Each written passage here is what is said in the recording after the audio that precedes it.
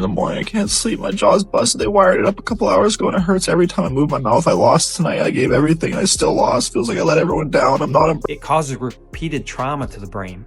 And over years and years of this happening, people can get what's called chronic traumatic encephalopathy, or CTE syndrome. And it's almost like a disease, because with repeated trauma to the brain, and that can lead to memory problems, mood swings, even trouble with movements, and eventually people can develop dementia, like Alzheimer's disease. I got knocked out by Anthony Joshua this past Friday night. And so I want to break this down from a medical perspective. I'm a neurosurgeon with over 25 years of experience. And so, you know, what happens is when you get hit in the head with that kind of force, like in boxing, our brain actually moves inside our skull, and it can bump into the skull, which is a firm structure, and cause bruising of the brain.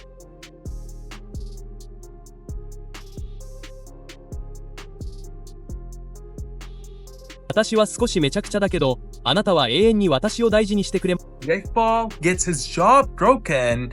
Not only that, but he gets his lower jaw broken from the right and the left side, so both sides. And not only this, following that, he went through an emergency surgery procedure to get that sorted out. Titanium plates were inserted to help stabilize the case. This will take long to fully. Drinking every night and doing all this and beat you.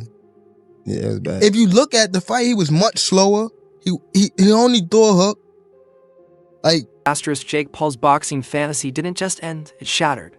A broken jaw, missing teeth.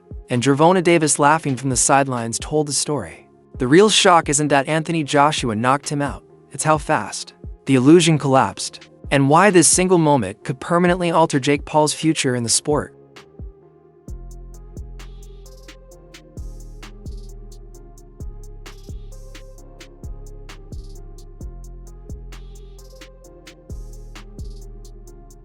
This wasn't just a knockout, it was a public dismantling. When Jake Paul hit the canvas for the fourth time and never got back up, the fight ended, but the damage had only begun. Stay right here, because in a moment, we're breaking down the hidden consequences nobody noticed live, and why this loss is far worse than the record books will ever show.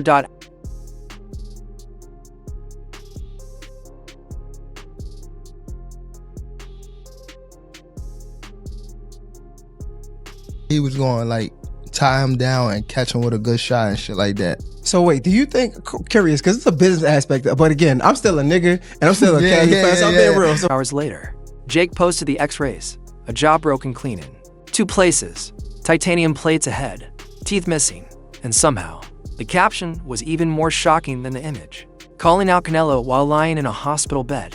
Don't scroll, because that single post detonated the boxing world instantly.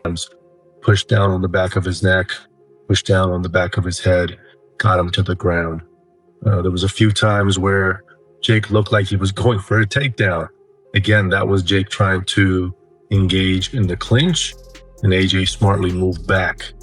In one instance, I think it was the 5th round, Jake engaged for a clinch, AJ moved back and started punching. The call-out went viral for all the wrong reasons. Fans mocked it. Fighters shook their heads. Insiders quietly admitted what they already knew. Anthony Joshua's power is not a game, and Jake Paul stepped into a completely different level of violence. And in just a moment, we'll explain why doctors say this damage changes everything. Anthony Joshua sleeping Jake and breaking his jaw in 2 different places, along with breaking his teeth. Gervonta joined the fun with the rest of the boxing community by throwing a meme on Jake Paul. That was his reaction, as you guys see above. Behind the scenes, the reality was far darker than Instagram made it look. Emergency surgery through the night, surgeons racing to stabilize fractures, usually seen in car accidents, not boxing rings. And if that sounds exaggerated, keep watching, because the medical details are brutal. Jake Paul was knocked out in round 6 and suffered 2 fractures to his left jaw. Here's the moment that did it. Chin served on a platter for that right hand right there.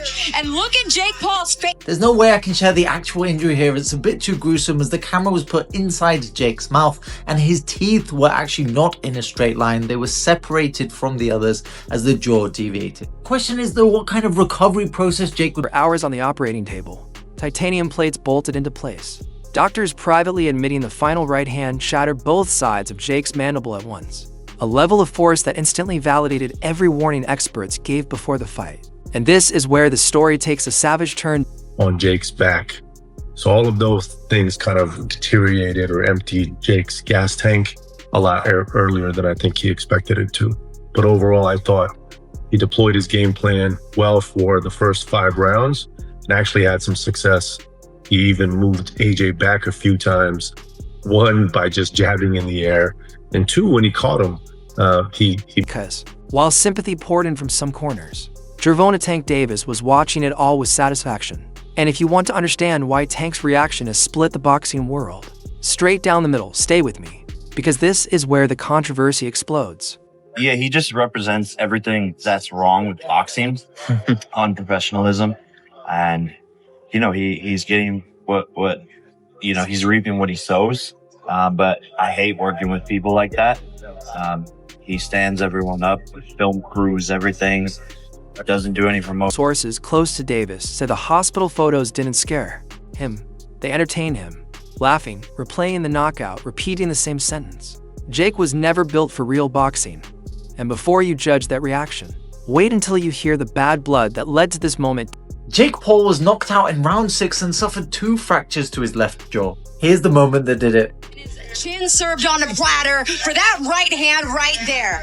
And look at Jake Paul's face. There's no way I can share the actual injury here. It's a bit too gruesome as the camera was put inside Jake's mouth and his teeth were actually not in a straight line. They were separated from the others as the jaw did. The question is though, what kind of recovery process Jake would... This rivalry didn't start with Joshua.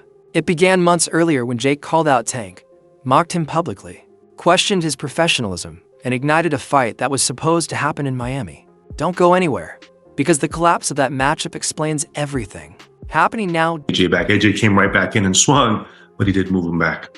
When this fight was first announced, you said to several media members that initially you weren't down for this fight. You thought it was just a little bit too much too soon, to paraphrase.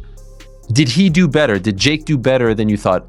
Result aside, obviously you wanted him to win. You thought, I think by the end, that he was going to win, but did he actually do better than you thought initially? When legal issues canceled the bout, Jake didn't stay quiet. He went nuclear, dragging Tank's name across social media, calling him garbage, unprofessional. And worse, that moment created a debt. One Tank has been waiting to collect ever since. And doesn't do any posts, but it is what it is. I'm actually glad this all happened this way so that he doesn't get, the biggest bully check of his life and just continues to be a piece of shit. The Ring 4, November 22nd. Watch only on DAZN. So when Joshua did exactly what everyone warned would happen, Tank didn't see tragedy.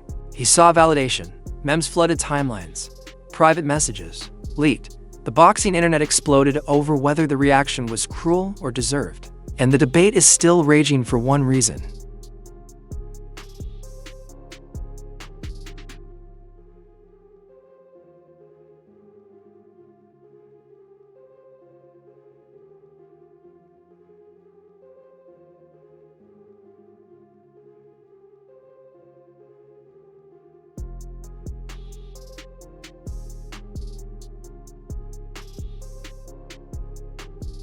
Some fans say Tank crossed a line mocking a man with a wired jaw and missing teeth. Others say Jake built his entire brand on disrespect and finally paid the price.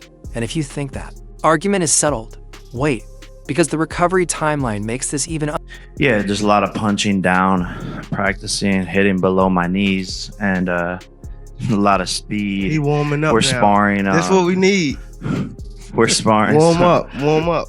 Some I know 8-year-olds. I got the 8-year-olds in there. If I find out anything, I'm gonna beat your ass and I'm gonna beat Jaden on Love ass. On my mama, I'm gonna beat both of y'all ass. On my mama. And he laughing. Doctors say bilateral jaw fractures like this don't heal quickly. 6 to 8 months minimum before contact, possibly a full year away. Extensive dental reconstruction, implants, bone grafts, and a long road back to anything resembling normal. And this is where Jake's career reaches a crossroads.